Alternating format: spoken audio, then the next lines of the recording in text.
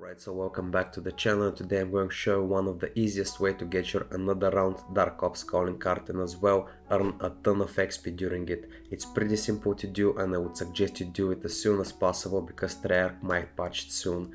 And as well, it's pretty simple to set up and it's a Godmode glitch, zombies won't be able to reach you. And just a friendly reminder before we start that around 99% of you watching my content are currently not subscribed.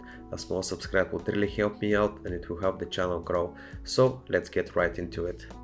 Before we start, it's mandatory to use the Ether Shroud field upgrade, and also you would need to equip it with Burst Dash because we will need it to get in the spot for the farm, and as well I would suggest to put on there extra charge because you would get a second attempt if you fail the first one. And for the melee macchiato, I would suggest you put espresso and hidden impact for it because espresso will make it a lot faster and hidden impact will allow you to get ammo if you're going for the headshot kills to unlock the gold camo on the guns.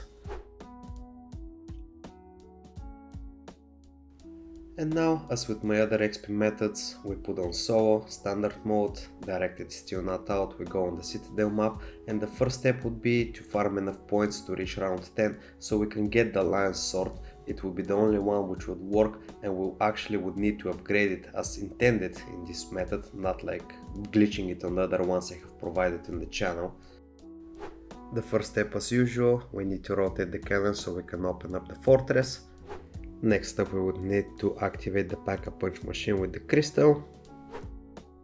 And finally we would need to open the door right next to the Pack-a-Punch machine because this is where the exploit would take place, and if we have no open pack, zombies will not spawn in this room, so make sure you open the door before you proceed further. After that, unlike my other methods for XP, we would have to legitimately upgrade our sword on this one, so just place it in the pedestal. I'm pretty sure you know how to do it at this point. Look at the symbol and we'll just have to shoot them in order that we see them. First I have a circle with a dot, after that I have the star, next is the arrow I think, yep, next is the arrow, we shoot it, and finally would be the circle with the line inside. Once we shoot all of them, the sword will get upgraded, we just need a second, and make sure to take it out before you leave. So the next step, which is not mandatory but it will make your life a lot easier, is just to have a crawling zombie so you can go ahead and turn on the rampage inducer. What that would do would make the rounds go way quicker. For me to reach from round 0 to round 100 took me around 2 hours and 15 minutes with the rampage inducer. Without it, I'm pretty sure you would hit the 3-hour mark. And the last step would be to actually go right near the Pack-a-Punch room, stay here, jump and use your Ether Shroud ability. If you do it properly, it will glitch you in this wall, just as you see here, and just follow the path that I take.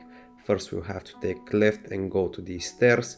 We would have to jump on them, it's quite a tight jump, but you'll be able to make it. Go up the stairs, and next we'll be aiming to jump down on top of this door frame. If you look, I'll show you just in a second, right over there, there is an invisible wall. Once we're on it, just follow the path that I take.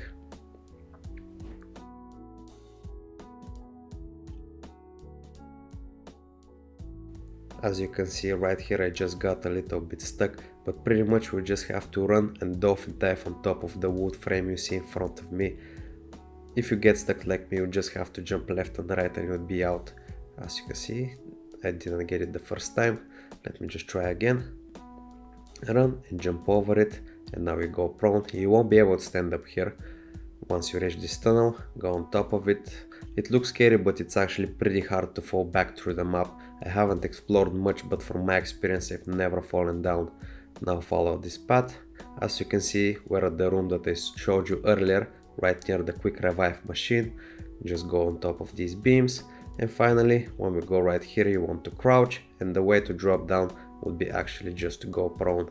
And now you're inside the pillar I showed you earlier, and to get zombies to reach you, I guess their AI has to see you somehow. You just start moving left and right and they would start coming up in front of you. Just give it a second because they have to run across the map. And as you can see the minimap, the first one is here and you just start walking at them. The good thing about this method is that they won't actually be able to hit you. Once I did my round 100, I had like 2 or 3 total hits in the run.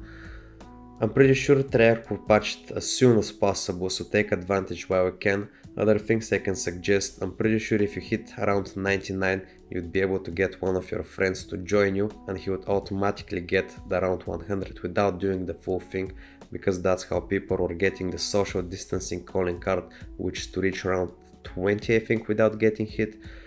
And pretty much you just stand here. What is left is you need just a bit of patience. One other thing I would like to mention as well is I'm pretty sure if you do it as an AFK method, or let's say tape your mouse button or put a rubber band on your controller, I'm pretty sure you would get kicked out for AFK on this one, so just make sure to move left and right. And apart from that, even if you do it as an AFK method, the zombies would immediately get glitched out and not run to you. What else I can suggest? Try to get a decoy grenades, because sometimes the amalgams, as soon as they spawn, they just can't seem to find you. It will take them like 5 or 10 minutes. Eventually they'll make it to you, but I think if you have a decoy grenade, you'd be able to throw it inside and they would go right in front of you. Also, there is an invisible wall ahead of you, so don't try to throw any explosives because they would just fall onto your feet.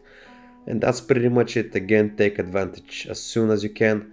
And one last thing again, if you found this video helpful, a subscribe would really mean a lot to me, a like on the video, and if you managed to do it or if you're having some issues, put them down in the comments below. I always try to help my community, so if something, I'll make sure to reply for you, but for now, just stay safe and take care.